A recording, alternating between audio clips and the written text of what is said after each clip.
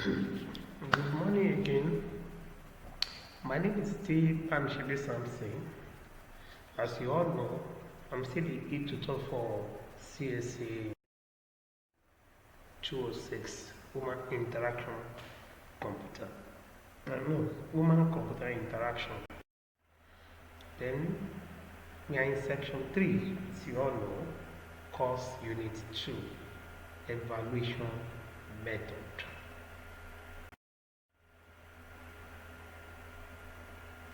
The introduction is still the same, then the course objective is still the same, but the learning outcome of unit 2 of study section 3 is quite different.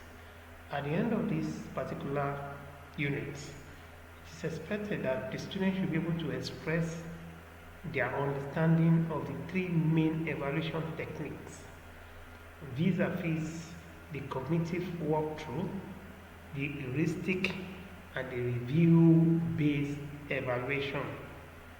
And the student should be able to master available methods of evaluating interaction design and its implementation. Then the student should be able to also select the best evaluation method among the options available. So, introduction, evaluation methods. Evaluation tests usability and functionality of system and can be carried out in the laboratory, in the field, or in collaboration with users. The evaluation techniques, which covers both design and implementation, should be considered at all stages in the design life cycle. The goals of evaluation are to assess extent of system functionality, to assess effects of interface on users, and to also do what? To also identify specific problems from design and implementation. In system design, there are cycle. There is something we call life cycle in system analysis and design. Under that life cycle, we have requirements gathering. In within that the requirement gathering, that is where you have questionnaire, different means of gathering information. But what they were trying to tell us now is that at every stage in that life cycle, the stages must undergo evaluations. That is, evaluation must be carried out in all stages of system life cycle. After requirement gathering, design, after the design, you have your implementation. After the implementation, you have your debugging and testing. After debugging, you have deployment. After deployment, then you have your maintenance. So all those stages that the system is going to go through, all those stages must be evaluated so that you can be able to ascertain the goals of that system that you are designing, so that you can be able to also make correction and you can be able to also ascertain if the system follow the requirements. So some of the techniques that are available for this evaluation is 1.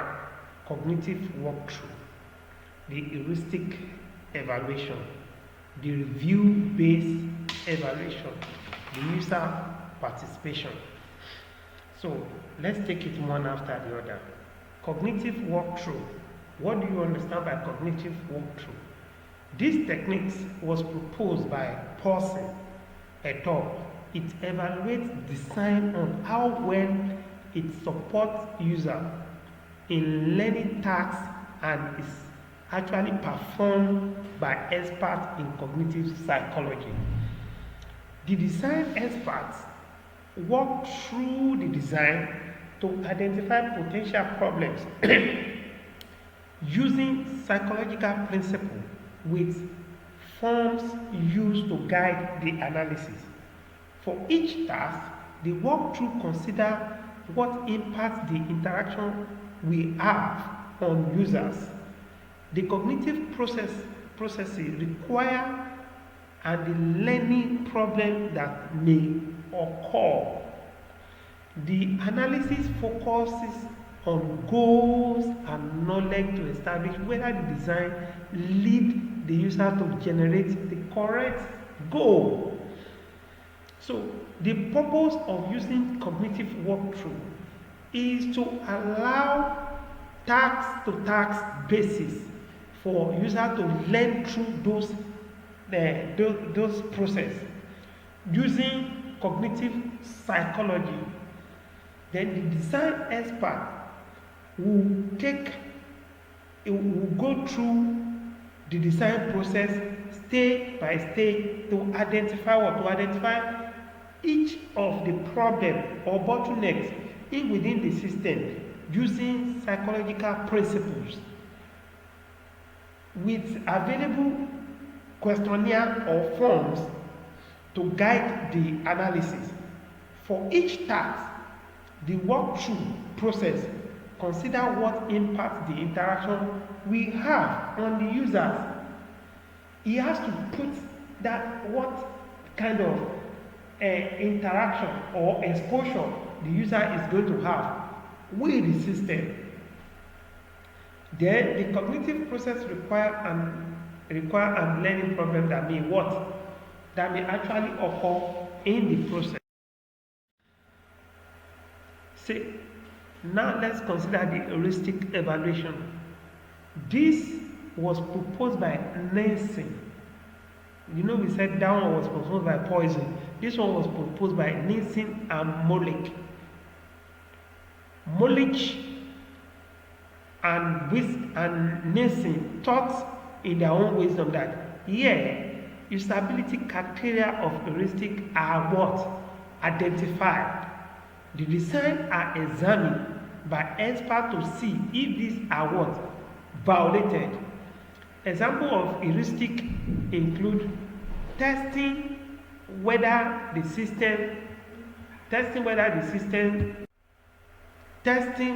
system behavior is what? Predictable.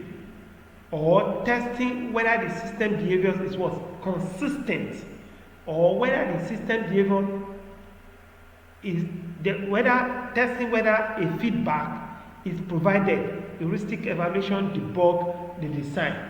Meaning that what heuristic does is that it tests the function of the design against the essential or standard available rules if it really violated that rule or not. If it does not violate that rule, then it passes, and it chooses about 3 different approaches. So which takes us to review-based evaluation, which is the third one. This evaluation review results from the literature that are used to support or refute part of the design. However, care is needed to ensure that the results are transferable to new design. It is a model-based evaluation, which is addition encompass cognitive model that can be used to filter design options. An example is the GUMS, predictions of users' performance. The design rationale can also provide useful evaluation information. What they were saying is that the review-based evaluation use the results, it tests it against the existing literature that is being put in place for such system design. If it violated that existing literature, or it follow the existing literature. That is the purpose of review-based evaluation. So now, evaluating through user participation. Evaluation could be carried out in two ways. One of the ways in which evaluation can be carried out is through laboratory study and through the field studies. Laboratory study, for example. Laboratory study are appropriate if system location is dangerous or impractical for constrained single-user system to allow control manipulation of use. The advantage of carrying out laboratory study are appropriate specialized equipment available and are utilized in an uninterrupted environment. The disadvantage could be lack of context and difficulty in observing several other users cooperating. What they are trying to say in essence is that for every new system, you need to also consider the danger to the environment or to the user itself. So before user or environment is exposed to such system, it is advisable for such system to be such design to take place in a laboratory controlled environment where specialized equipment is available for such testing and for such development. Then we have the field approach, the field study approach. This approach is appropriate where context is crucial for longitudinal study. The advantages are that studies are carried out in a natural environment where context of evaluation is retained, though observation may alter such context. Advantageously, longitudinal studies are also possible. Obvious disadvantages are that there could be distractions and noise, particularly in which the location of the field is within a public place. So it has its own merit and demerits. Field study approach has its own merit and demerit.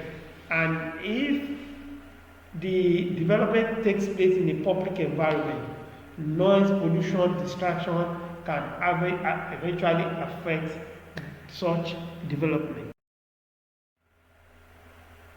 Then evaluation implementation.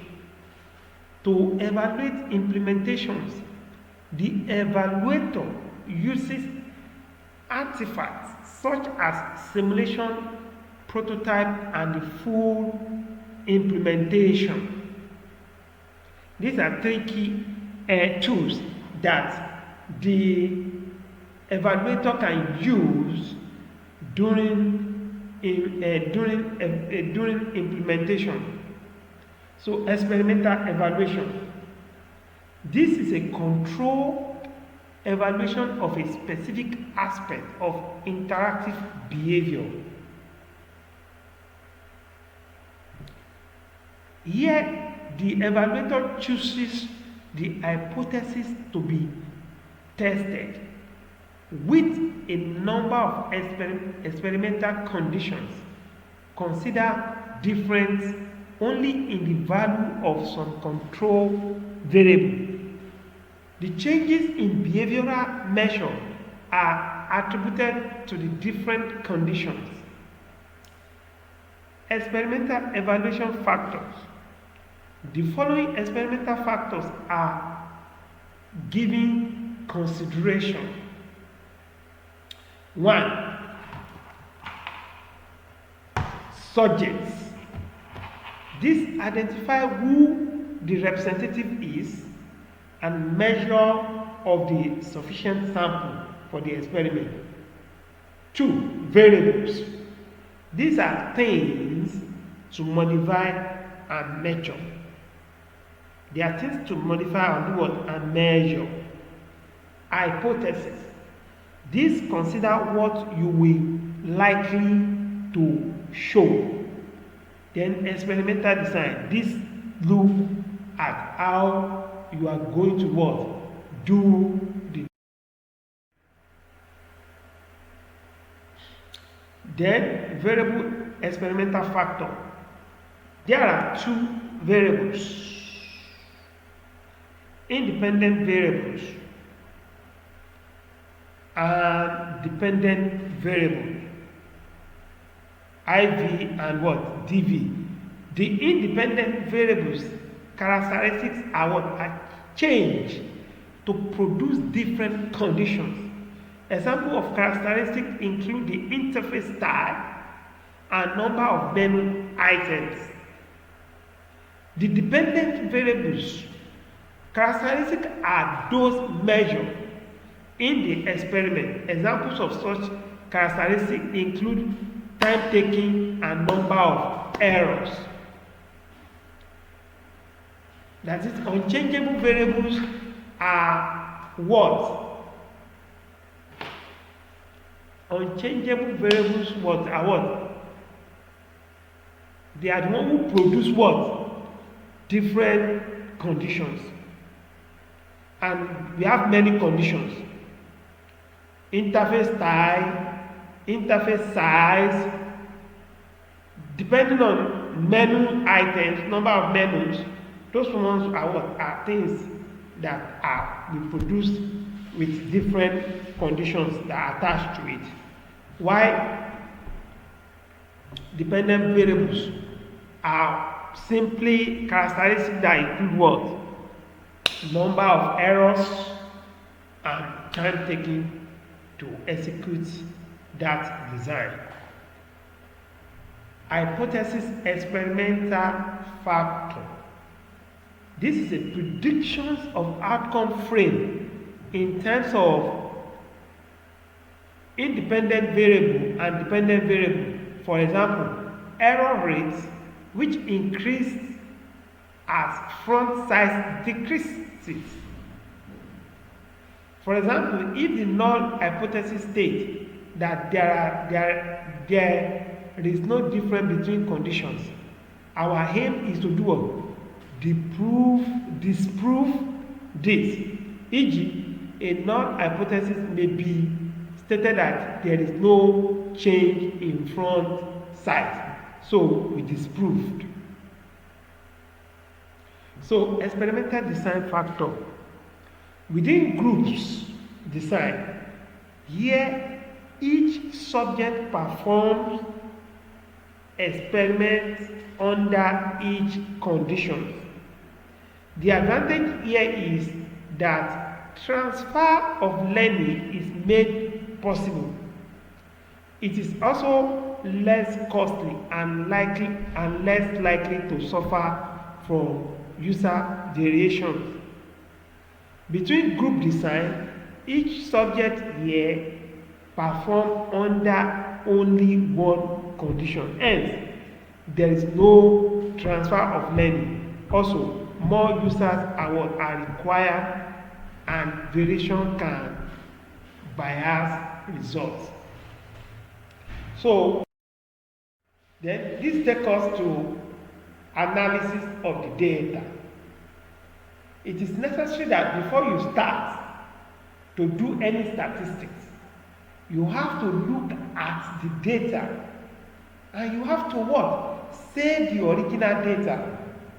The choice of statistical techniques depend on type of data and information required. Type of data, this could what?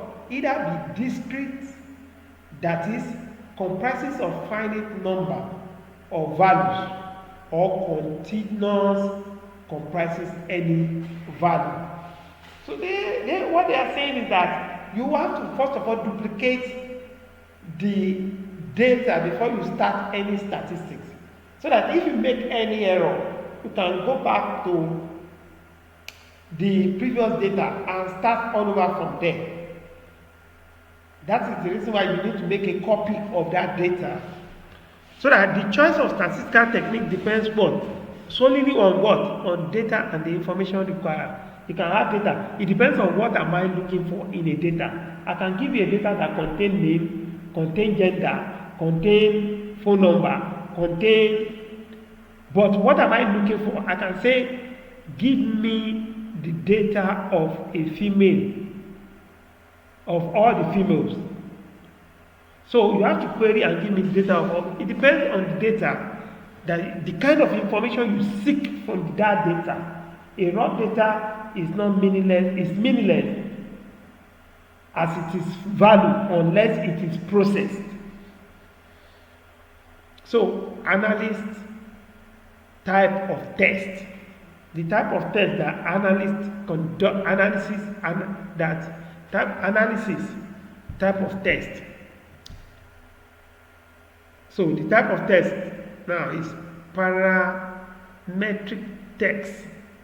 These assume a normal distribution and it is robust and powerful. Non-parametric test. This does not assume a normal distribution. It is less powerful but more reliable. Contingency stable test. This classifies data by discrete attributes. It counts number of data items in each group. The information required is to do what? To establish whether there is a difference and how big the difference is. It also seeks to establish how accurate the estimate is. However, parametrics and non-parametric tests are used to mainly establish whether there is a difference. Meaning, the two is to establish if there is a difference in that test.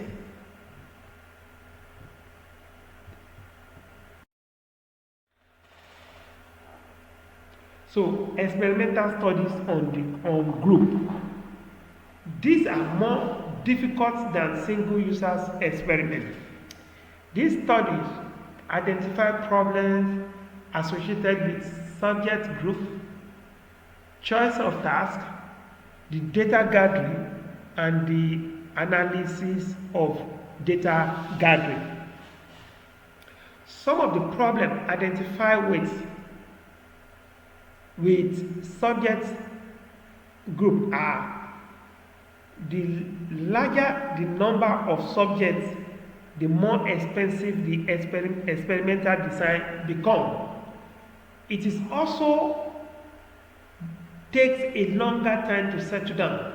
It creates an even more variation that make it difficult to adapt to the timetable. Therefore, only 3 or 4 groups are recommended. The tasks involved in experimental study on group are needed to encourage cooperation among groups through the use of multiple channels. The options that may be adopted are: 1. Creative tasks such as writing a short report on particular experiment. Decision game such as desert survival task game, modeling a decision phenomenon. Then 3. Control tasks such as demonstrated in a particular film. So, the data gathering and analysis processes. This can be done using several video cameras with direct logging of application data. The problems with data gathering are synchronization of data and the sheer volume of data required. The one solution to this is to record from each perspective. Analysis of data. Because of the vast variation between groups, carry out experiments within groups. Conduct a micro-analysis such as gap in speech. Then conduct anecdotal and qualitative analysis and look at interactions between group and media realize that control experiments may waste resources. So field studies. In field study, experiments are dominated by group formation but are more realistic because there is a distributed cognition when the work study in context. The real action is a situation action, having both the physical and social environment being crucial. Contrast, psychology, control experiment, sociology, and anthropology comprises open study and rich data. Observation method. This involves the following: think aloud, cooperative evaluation, protocol analysis, automation analysis, post-task walkthrough. Think aloud method. The user observes performing task as he is asked to describe what he is doing and why, what he thinks is happening, etc. The advantage of this method are: it is simple and requires little effort. It can provide useful insight, and it can also show how system is actually in use. Disadvantage: it is subjective and selective. The action of describing may alter task performance.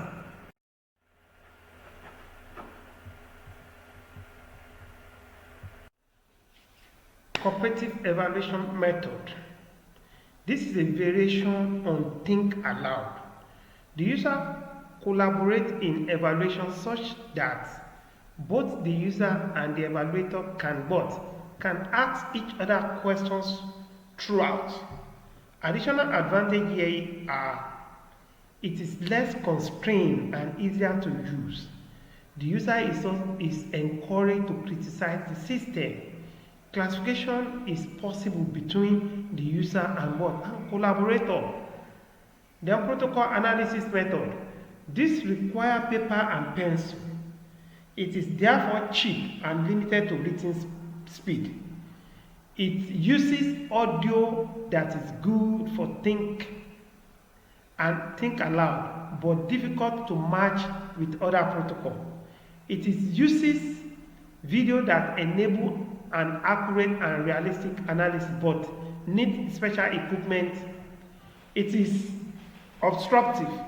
Other analysis tools involve computer logging that is automatic and unobstructive, in which large amount of data may be difficult to analyze. It requires a user notebook that is coarse and subjective, providing useful insights and good for longitudinal study. However, mixed use of this tool is carried out in practice. The audio or video transcription is difficult and requires skills. Some automatic support tools are similar available. Automated analysis. This is a workplace project involving a post-task walkthrough where the user reacts on action after the event. It is used to fill in intentions, whereby if there's a situation whereby the user feels that this area needs to be taken care by the evaluator or the designer, then this process allows the user to fill in intention. Advantage of this process is the analyst has time to focus on relevant incidents. It helps avoid excessive interruption of task. Disadvantage of this process is there is a lack of freshness.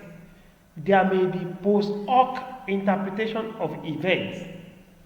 There are post-task walkthrough. Here, transcript is played back to participant for comments.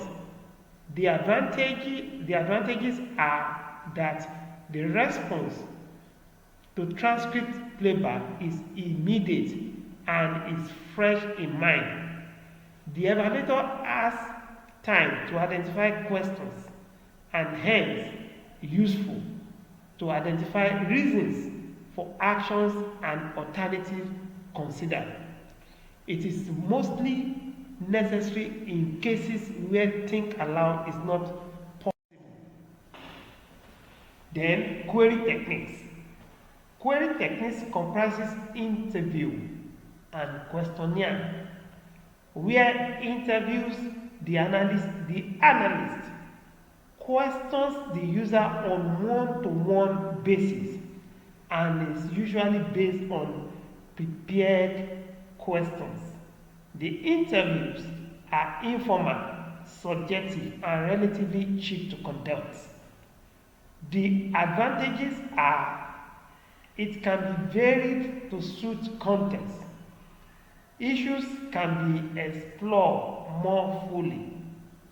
It can elicit user views and identify unanticipated problems. The disadvantages are it is very subjective. It is time consuming. Then, questionnaire. In this method, set of fixed questions are given to users. They will print those questionnaire and give it to user to fill ahead, or possibly send the electronic copy to the user to fill it and return it back to the analysis. The analysis is analysis from most of those returned questions, and then take the average of the responses to justify its approach. So the advantage of this process is it is quick and reach large users group. Yes, it can also be analyzed more rigorously. The disadvantage are it is less flexible and less probing. There is a need for a careful design on what information is required and how answers are to be analyzed. Styles of questions are general, open-ended, scalar, and multi-choice, and ranked. Physiological method. This comprises of eye tracking and physiological measurement. Eye tracking. With this method, the head or depth-mounted equipment tracks the position of the eye. The eye movement reflects the amount of cognitive processing a display requires. Measures include fixation. Here, the eye maintains a stable position.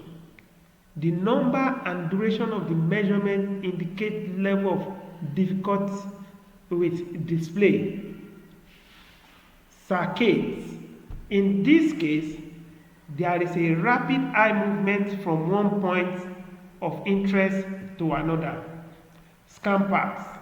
This involves moving straight to a target with a short fixation at the target being optimal. Then we have psychological measurements. In psychological measurement, the emotional response is linked to physical change, which may help determine a user's reaction on an interface.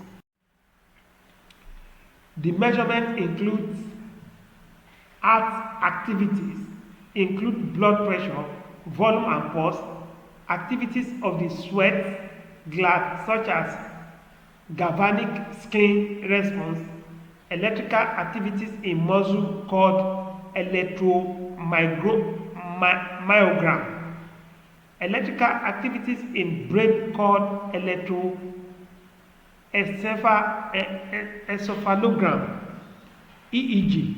However, some of the difficulties are always experienced in interpreting these psychological responses. Therefore, more research is required in this era.